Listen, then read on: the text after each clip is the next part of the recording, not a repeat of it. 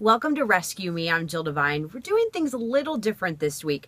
I, of course, love showing you the adoptable dogs. Aren't they so amazing and so cute and so lovable?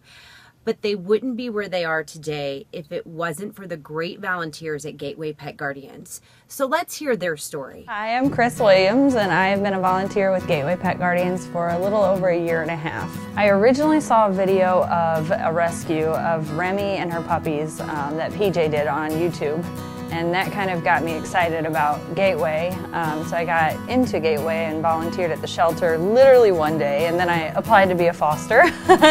And so that kind of opened up the door to a ton of different opportunities that I've gotten into with Gateway. Fostering is a very hard experience in a way. You get really attached, especially if you have them for a while. And you just fall in love with them. You want to foster fail, no matter which dog it is, how bad they are, how good they behaved.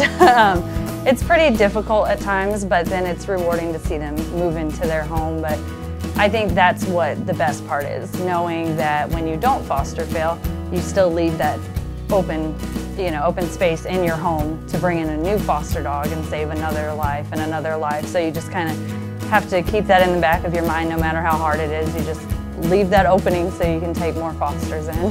So I don't think a lot of people realize that Gateway has much more to it than just the rescuing and pulling dogs off of the streets and fostering. We do a lot of outreach in East St. Louis. We go out to actual homes and we work with the families and we knock on the doors and we say, hey, I see your dog doesn't have shelter back there.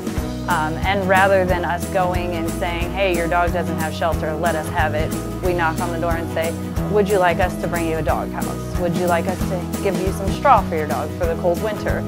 We have volunteers that each day go out and feed on a specific route that we've got set up. We go out and we know exactly there's a shepherd that lives on this street, there's a dog that lives in this alley, and we have them all pinpointed on a map, and we go out and we feed the strays. And we also make sure that the community knows who we are, so we don't just look like crazy people out there feeding the strays. We build a relationship with the community that way. We just try to help out as much as we can to take the stray population down. And sometimes we'll even network the dogs that are strays that we can't pull, and we'll get them into different rescues around the area or even in different states. So that's an awesome thing that Gateway does.